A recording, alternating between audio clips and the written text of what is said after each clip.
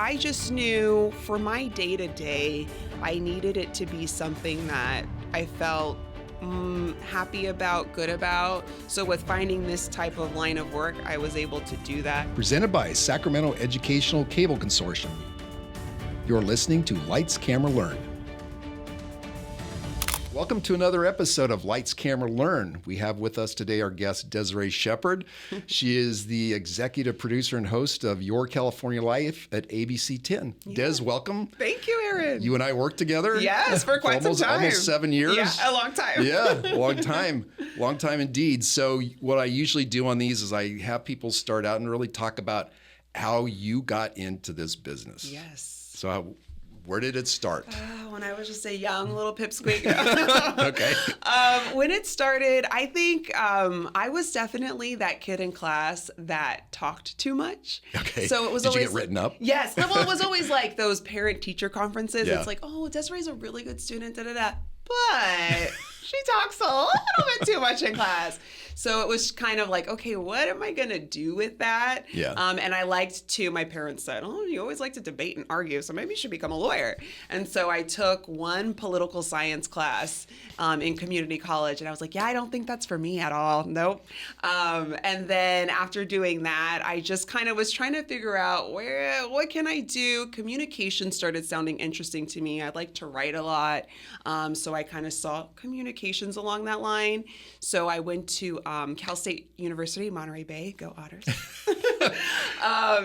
Was that the primary choice college that you wanted to go to, or were there others that you were considering? There were multiple I was considering, and I was really looking at what was affordable that had a journalist program. And so I had applied to, I remember like Sonoma, East Bay, just a bunch. And that was the one that said, you've been accepted. Yeah. And it was affordable. It was affordable at the time. So I said, that was a relatively new campus too, right? I think they, like early 90s is when that campus was created. So a fairly smaller campus. Yeah. Mm-hmm. Okay. Yeah. So that kind of just attracted me, and that kind of started my journey of figuring out what can I do with communications, because there's so many different outlets with that. So just kind of with the different classes that I took, interning, that kind of helped me figure out which route I was going to go with that. So from an intern standpoint, what kind of internships did you have? So the first one I did was actually for a radio station, and it was for Mapleton Communications, and it was just kind of learning what the radio DJs did. So I would see how they would record their slots when they would announce their thing, like you're listening to 92.5 Kiss FM, and how that worked, and their time slots that they had to hit. And even when they did like callers, like, oh, we have a caller coming in, this is what we're going to talk about. So just to kind of get into that little media realm. Okay. And I still knew, though, that I wanted to do more news. And luckily, one of the radio DJs just asked me, like, what do you want to do? And I told him, I want to work in news. And he was like, why are you here then? And I was like, well, I feel like it's important that I kind of dip my toe in everything to kind of figure it out. Yeah. And he was like, I know somebody. I know the news director at the local news station here. Let me see if they have internships going on. He connected those dots for me, and that kind of definitely started off my path. So I'm very grateful for him, because I was just trying to figure out what is it that I want to do. So then when you went on the news side, I know at some point you said that's not what I want to do either, right? And what was the trigger that said, I don't think this is it? I mean, news is tough. It's depressing. I mean, the things that make the breaking news and what people look into, it's like, it's just depressing. It's always a shooting, someone getting injured. I remember at that news stations have police scanners running so that they can hear what's going to go on. And I just remember they were like, oh, a school bus with kids on it was in a car accident. And then the commotion in the newsroom was like, oh, did any of them get hit? Did any of them die? No? Okay, moving on. And I was like, I don't think I have the ammo for this. I think I'm a little bit softer than this. So I did gain a lot of experience there. I learned how to edit there. I learned how to a little bit of producing there and just kind of getting my foot in there. But I think I need to find how I can do media, television without it being hard news. Yeah. Mm-hmm. So then ABC 10 was your next stop? Yeah, I had applied just to multiple news stations within California for a producer position, associate producer position. I felt like that was the next step since I had already done some editing, a production assistant. I liked writing. I still wanted to tap into that. And so, yeah, I was just looking. I applied to, I feel like 50, 60 jobs, and maybe 3 of them responded. That sounds about right, though. Yeah. And Sacramento, ABC 10 was the one that kind of said, okay, let's interview you and kind of get to know you a little bit more. So what was the job? At the time, it was for associate producer. Okay. Yeah. And that was on Sac & Co? That was on Sac & Co. That's so what talk a little bit about what that show is. Yes. Yeah. Sac & Co., now known as Your California Life, it is a weekday lifestyle show, and we highlight local nonprofit organizations, mom and pop shops, those little restaurants that pop around in the area, and then we also highlight businesses that pay to be on the show, so it's sponsored content. And we do a good job, I think, of mixing everything. We even talk to celebrities too. We try to have a little bit of everything in the show, so you kind of find out what businesses are doing, where you should go for the weekend, and hey, here's the adoptable pet of the week. Come adopt. So we try to have a good mix of everything. So definitely not hard news. Yes, definitely not. I found my little niche there. Yeah, you did. Yeah. But I remember though, Des, you and I working together, and even though we were removed from the news side, it wasn't like we were entirely insulated from what was going on there, right? Right. So, you and I never really talked about this, but how did you personally kind of insulate yourself away from that? Yeah. Insulating myself from news, I think I just knew for my day-to-day, I needed it to be something that I felt happy about, good about. Sure. So with finding this type of line of work, I was able to do that. Even though, like you mentioned, being at a news station, you see it every day, and I think it's good to be informed. But to have to be the person, and my hat goes off to people that work in news. Absolutely. Because it is hard work. Yeah. And they see a lot, and they deal with a lot, and it's a lot of just really intense events that are happening that they have to kind of manage. So for me, being informed about it all, but I don't need to be the person that's fronting that has to be in it. I can hear about it, I can learn about it, but to do that every day, I think that would definitely kind of tear me down. The closest you got was when you had to produce COVID show, right? Yeah, the one COVID show. Yeah, coronavirus facts, not fear. Yes, when the world shut down and we had to figure out how do we keep the lights on. Obviously, the news did not The news does not. Right. And so, we kind of created this hybrid show where our on-air talent at the time and our news talent did a show together where they would interview doctors, different people who had questions about COVID because it was just so new and we're trying to learn about it. And they would bring on experts that could answer those questions as best as they could. Yeah. So it was a collaborative process with the news team, with news producers, news directors, and then our team, YCL Lifestyle, and kind of seeing how that could mesh together, which I think we did a pretty good job. I think so. Did you find that really pushed your skill level to any extent? Yeah. How so? It was because you're working with different managers. We were working with the news director. And so you got to see just kind of how they operate, working with another talent, working with the news talent. Yeah. When you're working with different talents, you kind of find out what they like, what they don't. And then you see from the news perspective, okay, this is kind of how they operate as well, too. I had to collaborate a lot with the news producer. Yeah. And just kind of seeing, okay, how they kind of book their segments and reach out to their guests, and just putting a rundown together where I'm used to, okay, I'm going to do this by myself and this is my show and that's how it's going to look. Now it's, okay, we are putting it together and I want to make sure it sounds accurately right from that news perspective, but still has our YCL kind of flavor to it. Yeah. So a lot of collaborative thinking and writing. So I think it was great. Do you feel like that experience helped you then in the role you have now in this dual executive producer and host? Yeah. I mean, because it requires multitasking. It requires just being able to, I've always been such a fan of people knowing how to do as many of the jobs as they can, not just one. I think when people think of TV, especially news, your first instinct is that on-air person, and there's so many roles within news. So that's why I'm very grateful. I started off as a production assistant / editor, and then worked my way up to associate producer to this role. I think when people have a better understanding of the different roles, you can collaborate better.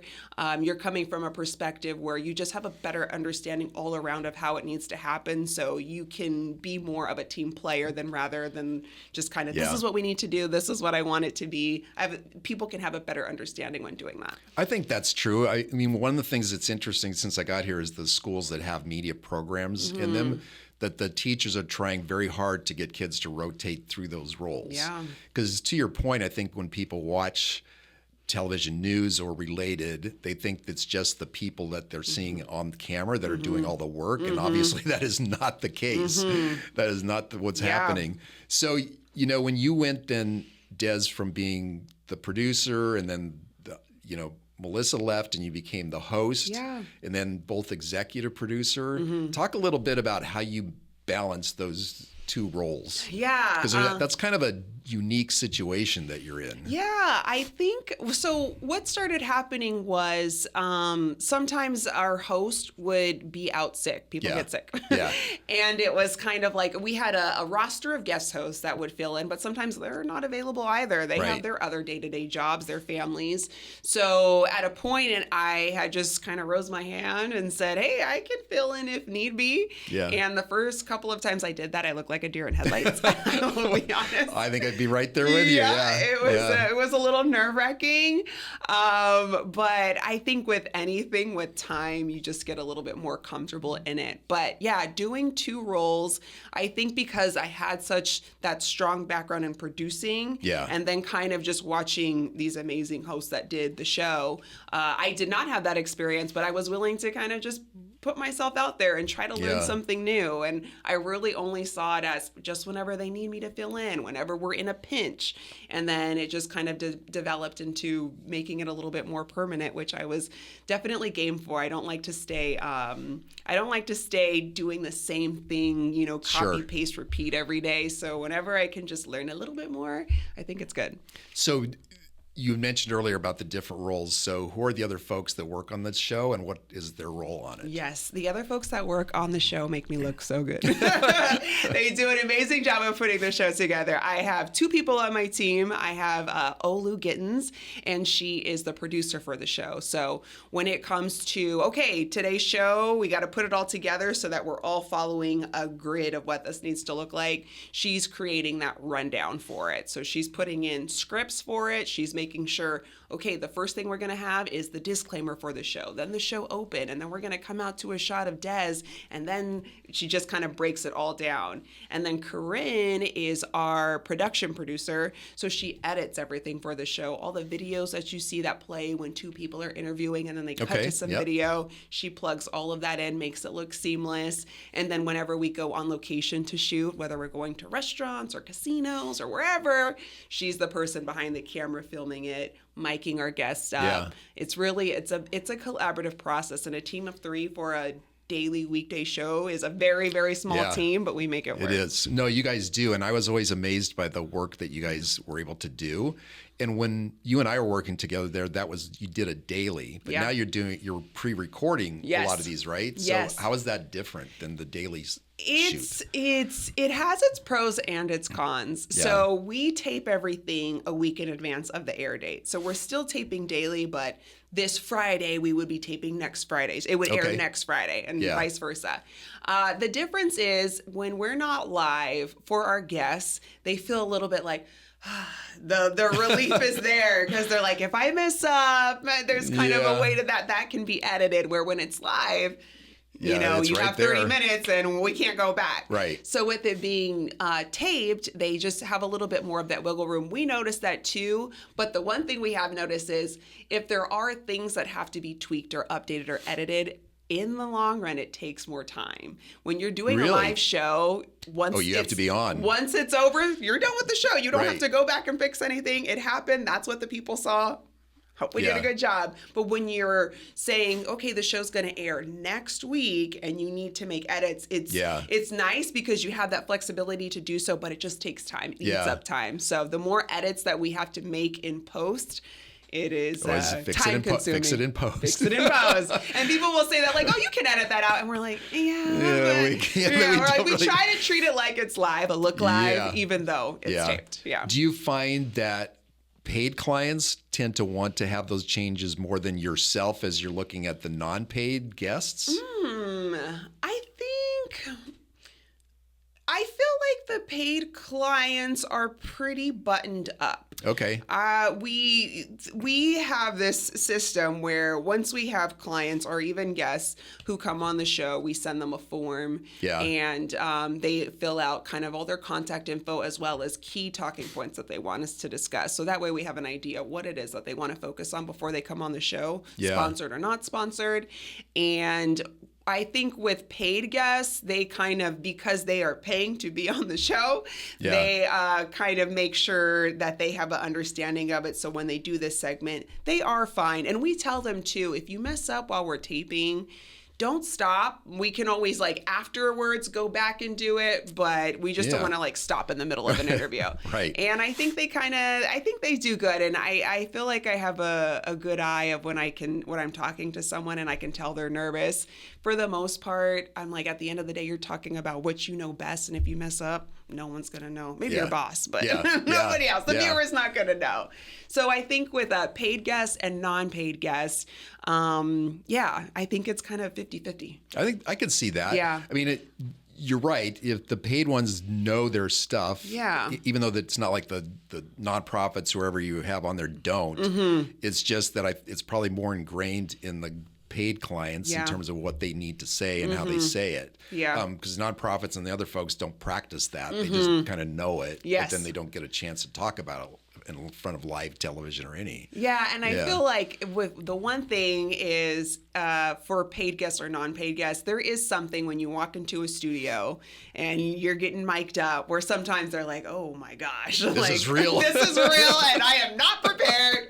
But I tell them it's just a conversation with the two of us and maybe some cameras in the background. Yeah. But at the end of the day, it's what they know best. We try to make it as comfortable as possible. But I think that feeling of this is going to be broadcasted eventually, and I want to make sure I say my stuff right. Sometimes it adds a little good energy, a little nervous energy, which I think can be good. I think that's true. So then how do you balance the show between paid and non-paid? Is there a formula, or do you just kind of depending on what the rundown might be? Yeah. I mean, we always want a sold out show. Yes. Yeah. And so for our show, we have 4 segments in total to fit within a 30-minute broadcast. So a great sold out show would be 3 segments are paid and 1 is non-paid.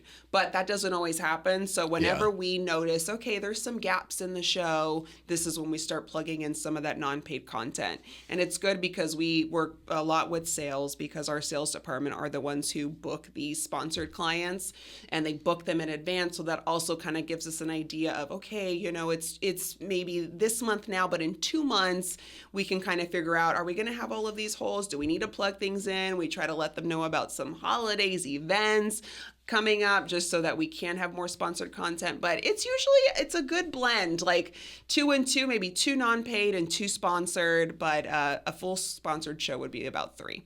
Okay. Yeah. So then how do you get the other non-sponsored?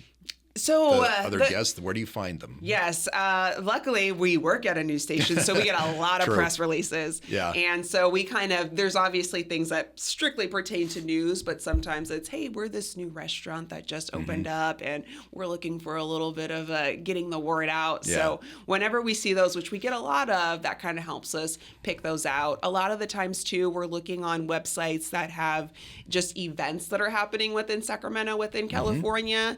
And so when we look at those, we can just see, oh, this is what's coming up in 1 week, 2 weeks, 3 weeks. And then it has the links to the different businesses and organizations, so we can coordinate that way. And then with it being a team, I might see stuff that I'm booking for the show.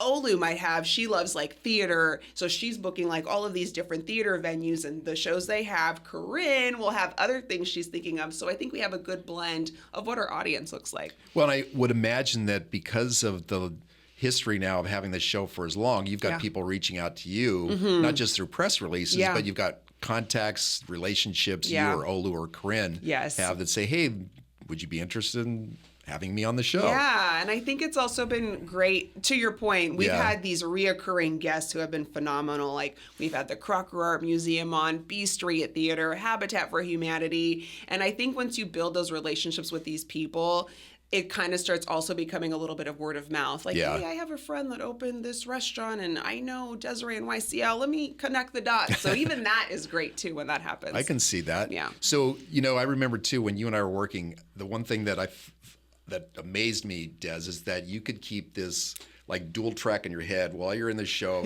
executive producer, what's coming next, and then be in the moment with the guest. And I know earlier that was difficult. Oh, yes. I mean, it's not like it wouldn't be for anybody because it's just hard. How do you do that now? And what helped get you to that point of being I think time helped with that. To your point, it was it's like having two little light bulbs on and off. And at one point I would realize, when I'm interviewing this person early on, maybe I'm not being as engaged because my mind is like, you have this much time left in the segment. Okay, you got to hurry up and ask them 2 more questions and then maybe wrap them. And then I'm like, here I am, sorry.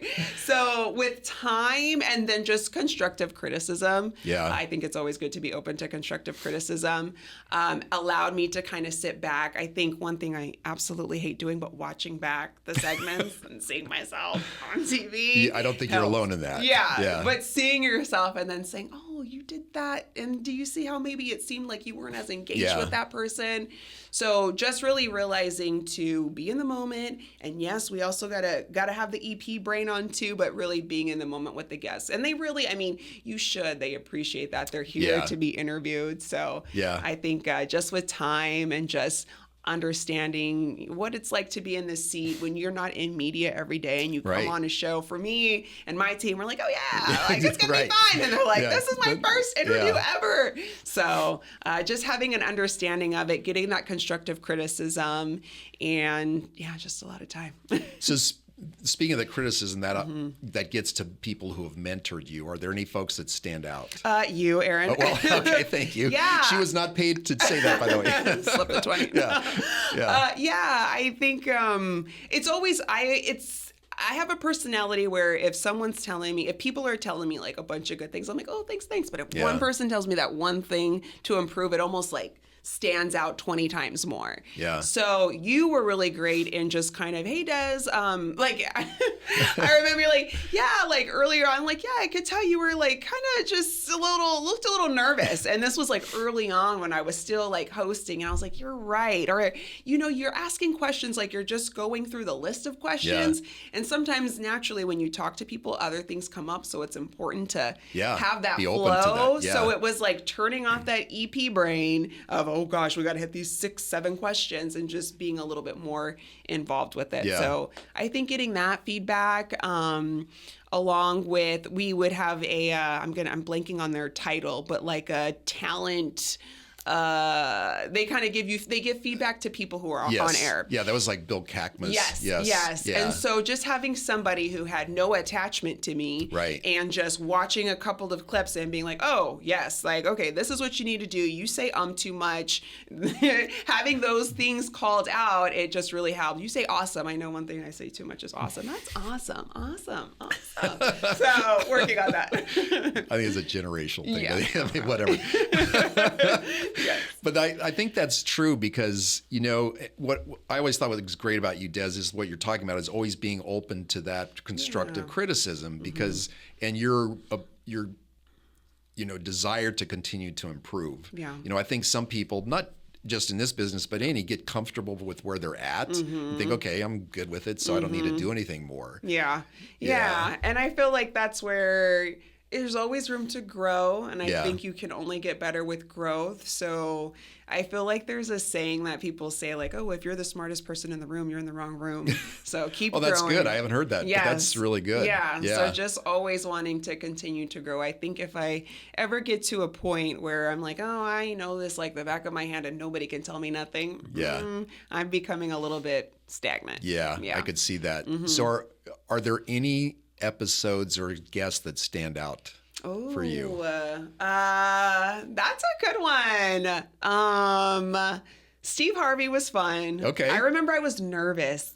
I was just like, oh my gosh, what's Steve Harvey going to be like? Yes. Yeah. And he was promoting his show, Judge Harvey, Judge Steve. Something like that. Yeah. Where he was going to be the judge. And I mean, when these celebrities do these interviews, these virtual interviews, they've done like 20 before they get to you.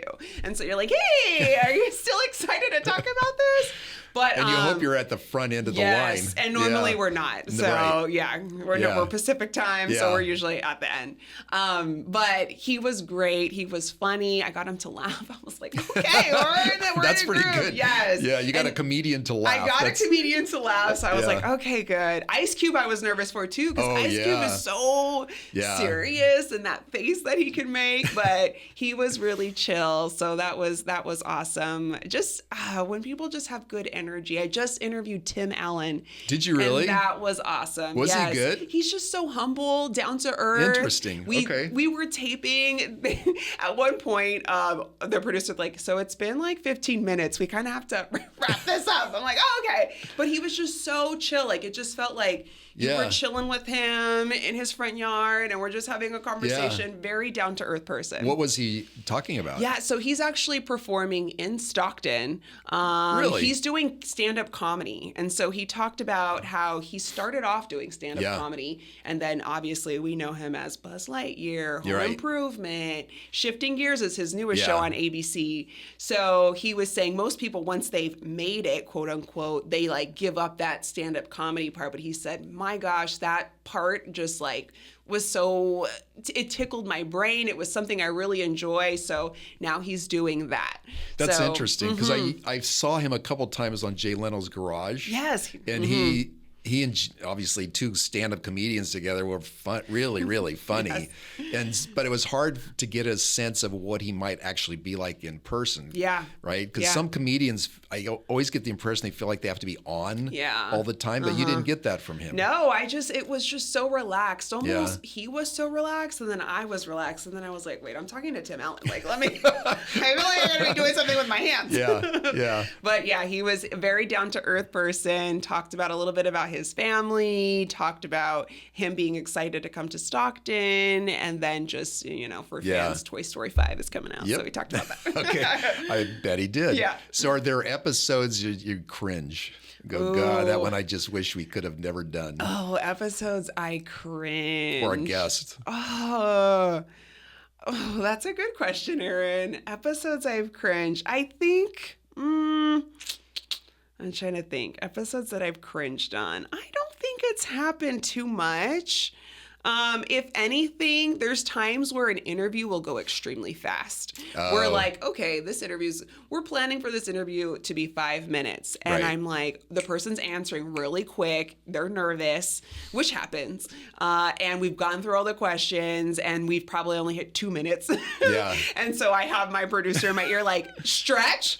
And I'm like, they're like, ad-lib a little bit more. Right. And if it's a topic that I don't truly know about, if we have someone coming on to talk about HVAC, I'm not the expert in that. So trying to find like, okay, how can I stretch this out? I think in those moments, I'm trying to be present, but I'm also like, the heart is beating, and I'm like, how can I stretch this out more? Yeah, particularly if you're like 45 seconds in and you still got 2 minutes. I'm like, we've gone through everything. And, there's some people who, and rightfully so, you talk about the questions you're going to go over, and if you start adding more questions because you're trying to fill time, they're kind of like, what are you doing? Why are you doing this to me? Imagine. I'm already nervous. So I think in those moments, I'm like, how can I help them? Yeah. So, yeah. I could see that. So now that you've been producer and you've been host for a while, people probably recognize you when you're out. To some extent. And you're hosting, external events, helping MC. Yes. What's that like? Do you have people come up to you, oh, I see you on Your California Life. You're Des Sheppard. Yes. I mean, it's far and few in between. Sure. But when it does happen, I'm almost shocked. I'm like, oh my God, thanks for watching. Yeah. But it's always super kind. It's just like, oh yeah, I watch you on the show, love the show so much. And I'm like, what's your name? Let's take a picture together. It's it's just, it's been at events that I've emceed before. It's been one time it was at the mall. Someone was just like, Desiree Sheppard. And I was like, Am I in trouble? Am I in trouble? But no, I think, Sacramento is such a warm, friendly place. Yeah. So when people do come up, I'm just always shocked by it, but I'm always happy to say hello. That's great. Yeah, because I mean, obviously the folks that are on the news side that are on more often, or they've been there a while, they have to deal with it. You know, I remember talking with Walt Gray about this, and he's comfortable with it now because he's been doing this a long time. Yeah. But still, you know, he goes to grocery store, or he's out at a kids event or something like that, and he's got people with him all the time. Yeah. Do you remember when he did like the morning blend meetups? Yes, the coffee meetups. Right. People that would call or email and say, Walt's going to be there, right? Or Marcus Allen's going to be there, or whoever it is their favorite was. They wanted to be sure. Yes. And you just have to kind of deal with that. Yeah. That just comes with the territory. I think so. I'm trying to get on Walt's level. I think he had someone tattoo his face on him. So, you don't want somebody tattooing your face. I'll take what I can take. Okay. So I want to get a little serious bit though. So as a woman of color, did you have any particular obstacles, and how did you deal with that? Yeah, I think just anytime you're focusing on your career and you're in rooms, you kind of look around and see if there's anybody that looks like you. Yeah. And so for me, I was just... my first news station was that I worked at an intern that was in Monterey. Monterey's not extremely diverse. Obviously, if you're at the college campus, that's where you see a lot of diversity. But I just kind of was like, okay, not seeing a lot of diversity here, but let's see what happens. And then when coming to Sacramento, which with television, it's always like market. So Monterey Bay was like market 121, I think, at the time. Sacramento was market 20, which is like a huge jump. The smaller the number, the bigger the station. Right. And so coming to Sacramento, I was so nervous. I was nervous about egos and who am I going to meet? But it was very warm and welcoming. I was pleasantly surprised about that. But for me, I think it was just shocking in the best way possible that the managers that I work with, the supervisors, I mean, the fact that I said, hey, I can help fill in and host, and somebody didn't laugh at me. They actually said, oh yeah, that could actually be a great idea.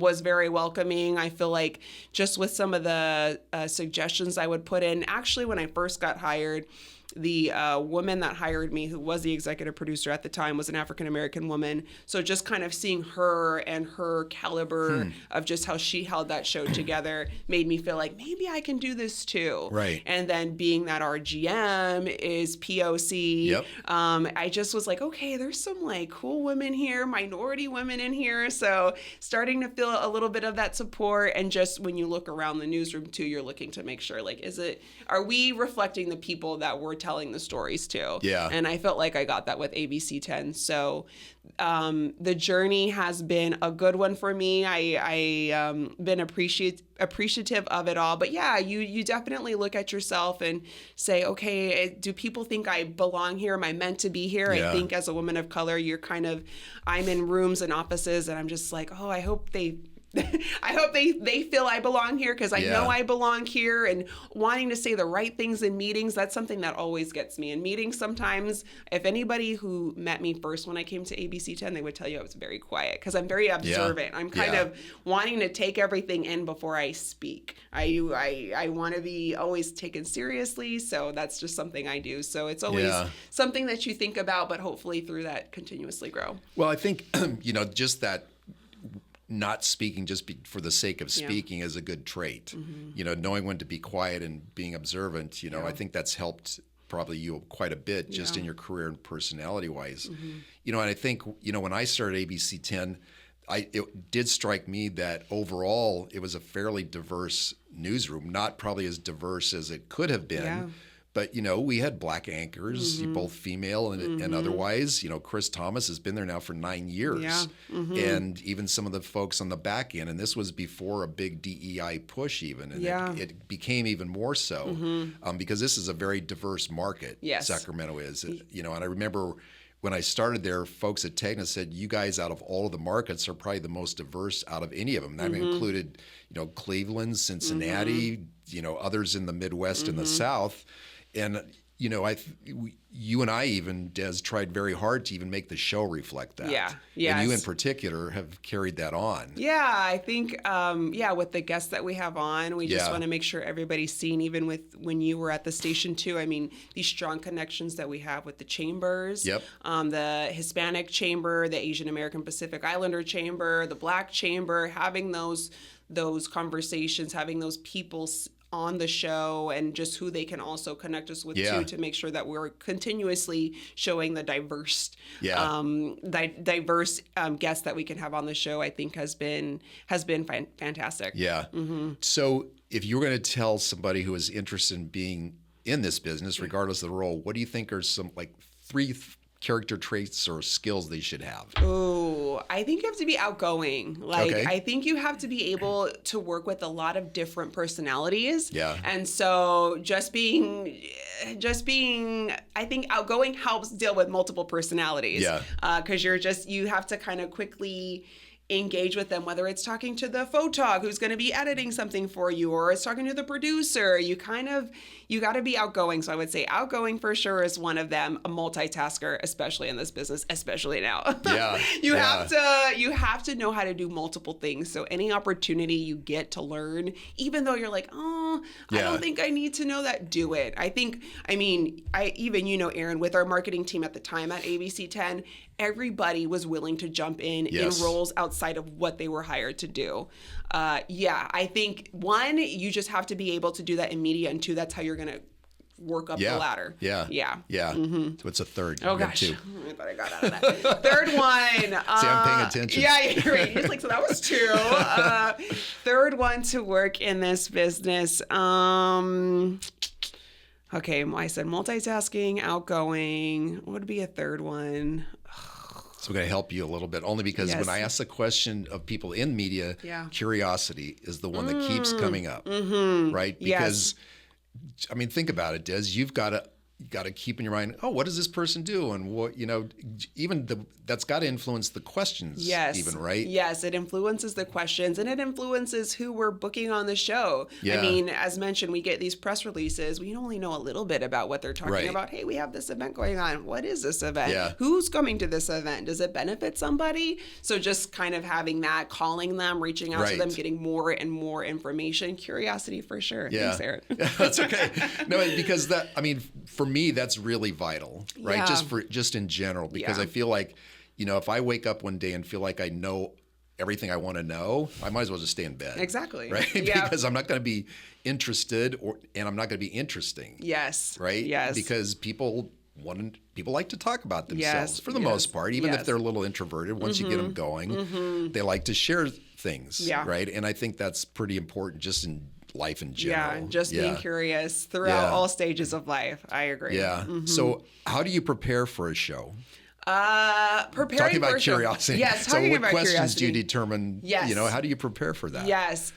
So it starts off with kind of the form that guests fill out for us. That's kind of like the blank slate right there. They kind of say, these are the things I want to speak to. Yeah. And then we curate it to fit within the format of our show, making it more lifestyle. Olu will make sure it sounds like me. And then from there, we stack the shows in advance. Mm-hmm. So that's kind of the beauty of it not being in news. Explain a little bit about what stacking the show means. So stacking the show is what our producer Olu does. Yeah. So when we need a rundown to follow. So she's stacking in line by line everything that we're going to do for the show. Here's the introduction line for the show. Here's the 10 questions you're going to ask. Here's the camera shot that cuts to the single shot of the guest, and here's the outro to wrap it all up and say what that special offer is or what their website is. So once we kind of have that ready to go, then it's going through it. And a lot of the times what we're doing is we're going through it multiple times because there's just a lot in putting together a show. So in prepping for that, we'll go through the show the day before, we'll go through the show the morning of, we'll catch some little things, whether it's a typo, whether it's, maybe we should add in this camera shot.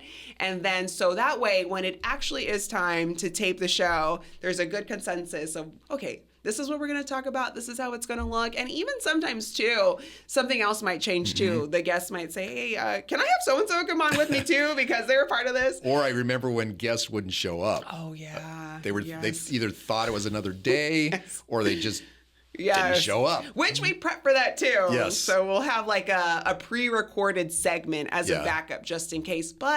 And that's kind of the beauty of the show being taped. It doesn't feel as tense. But it was a lot harder when you were live. Yes, it was kind of like, oh my gosh.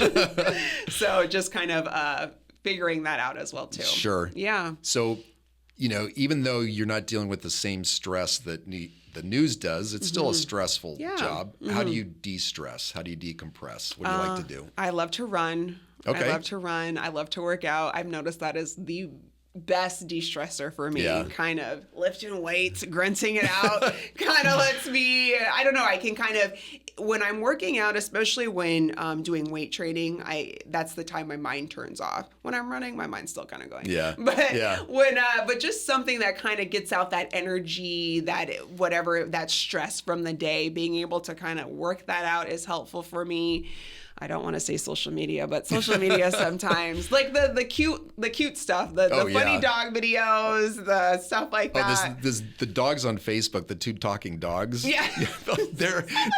they're hilarious. That's what, I mean, that's where I'm like, oh, AI is getting funny because they'll like show dogs talking and I'm like, that's what I think my dog would sound like.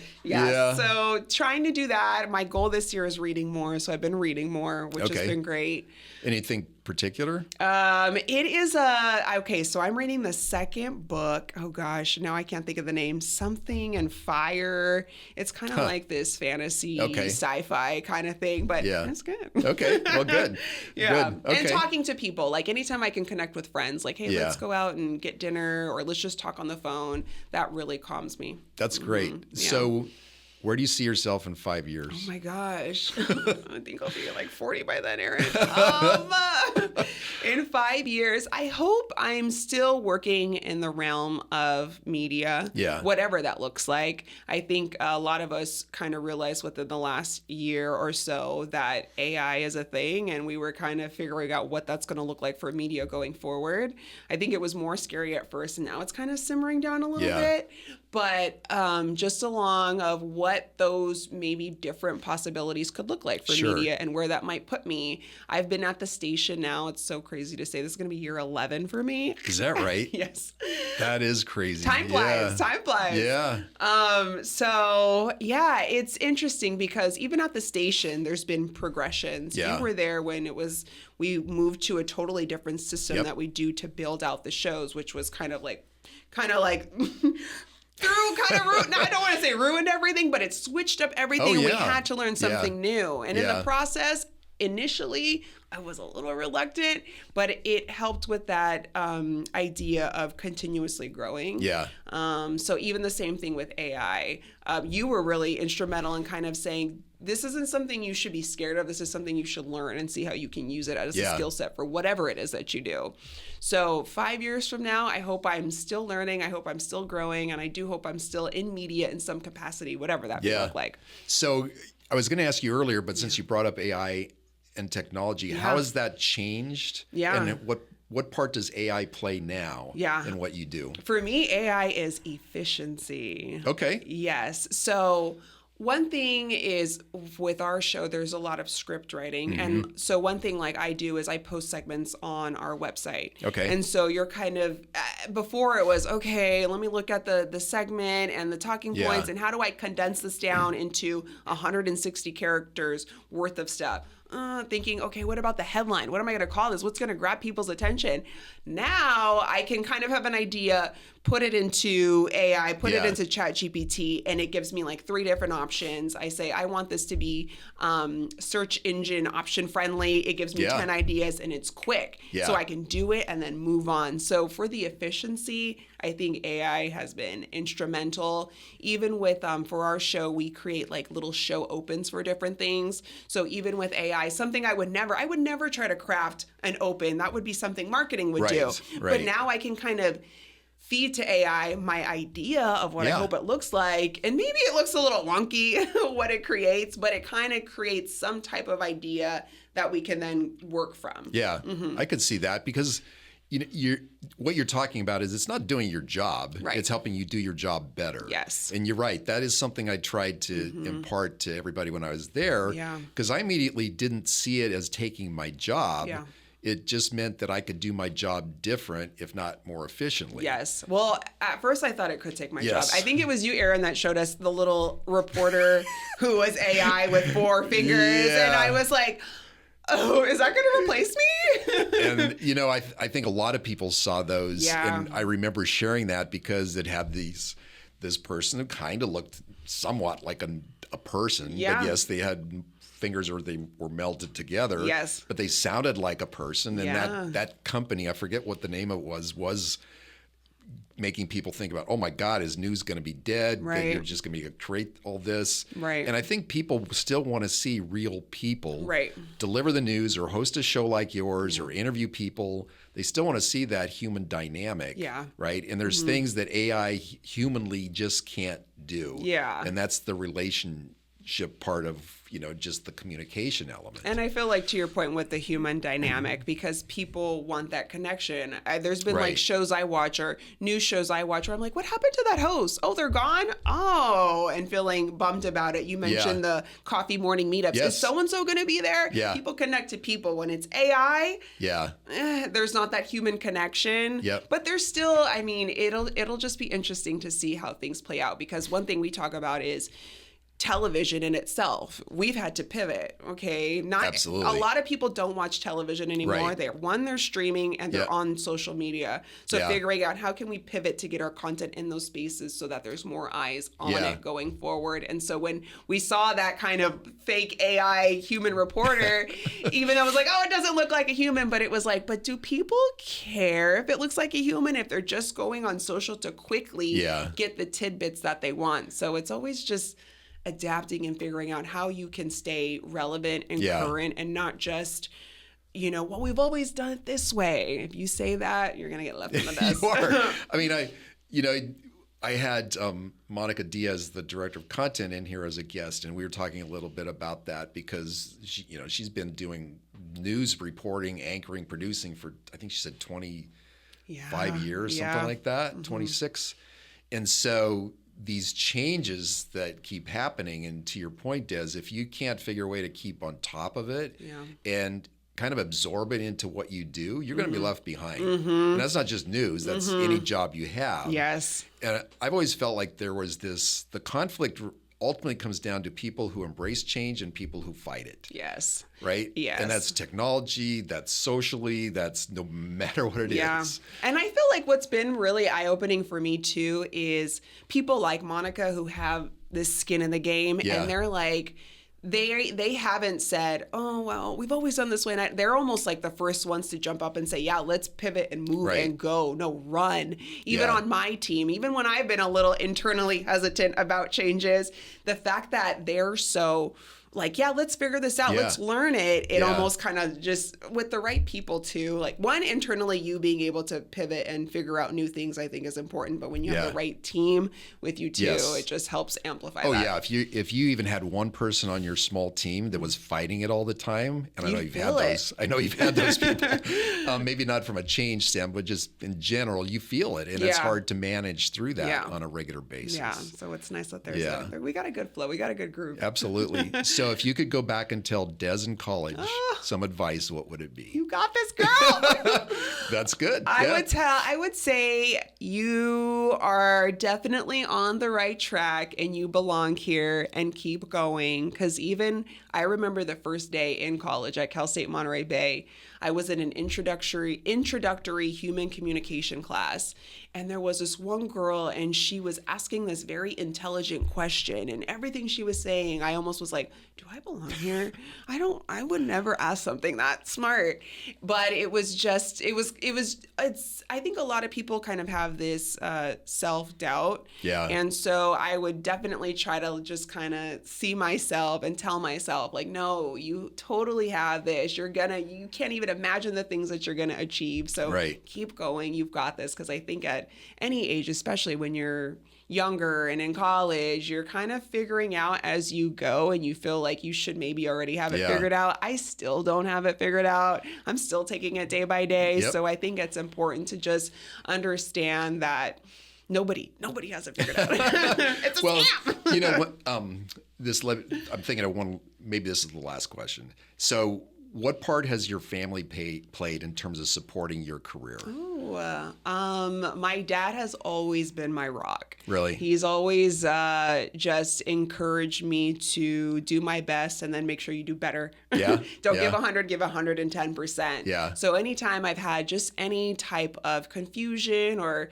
frustration about work or just what am I doing, he's kind of my compass. Yeah. He kind of sets me in the right direction, and he always, he's my friend, but he's my parent at the end of the day. So he's even told me, he always, like, one of his things he always says is handle your business. Whatever it's doing, make sure you're handling your business. So even when I'm like, oh, I don't know, like, I don't know what I'm doing, he'll be like, Desiree, like, you gotta suck it up and do it. Yeah, so having someone like that in my corner helps me move very strongly. And then my mom, who's just the like softest, warmest, loving, kindest person, kind of gives me a balance. I kind of have this strong mentor rock, and then I have this unconditionally loving woman who's my mother. So I think having both have helped me in who I am today. That's pretty good. Your dad's in education, right? Yeah. Retired now. Or wasn't it? Yeah. Okay. Yeah. So he was, education was always important.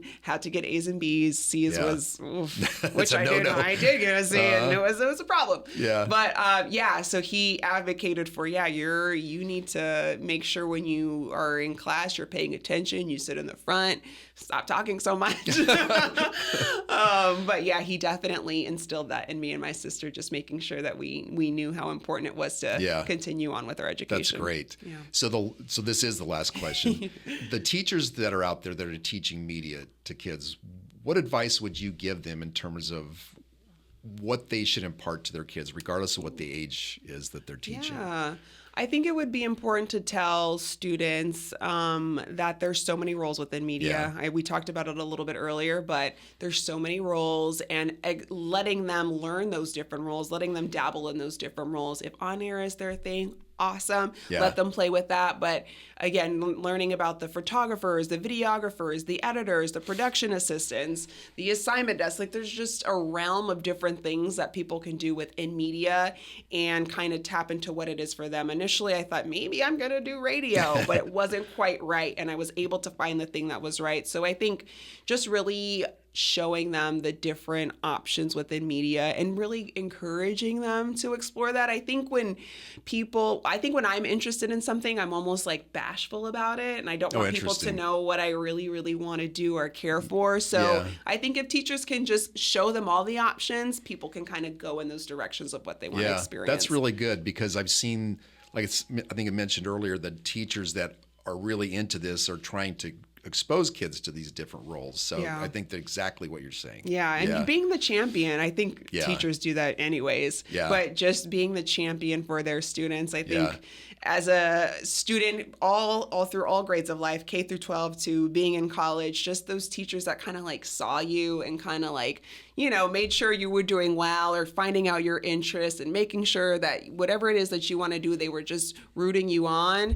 Those teachers are awesome. Yes, they are. Mm-hmm. Well, Des, this has been great. Thank you. Thank you, Aaron. This is really good conversation. I appreciate that. Thank you. Yeah. All right.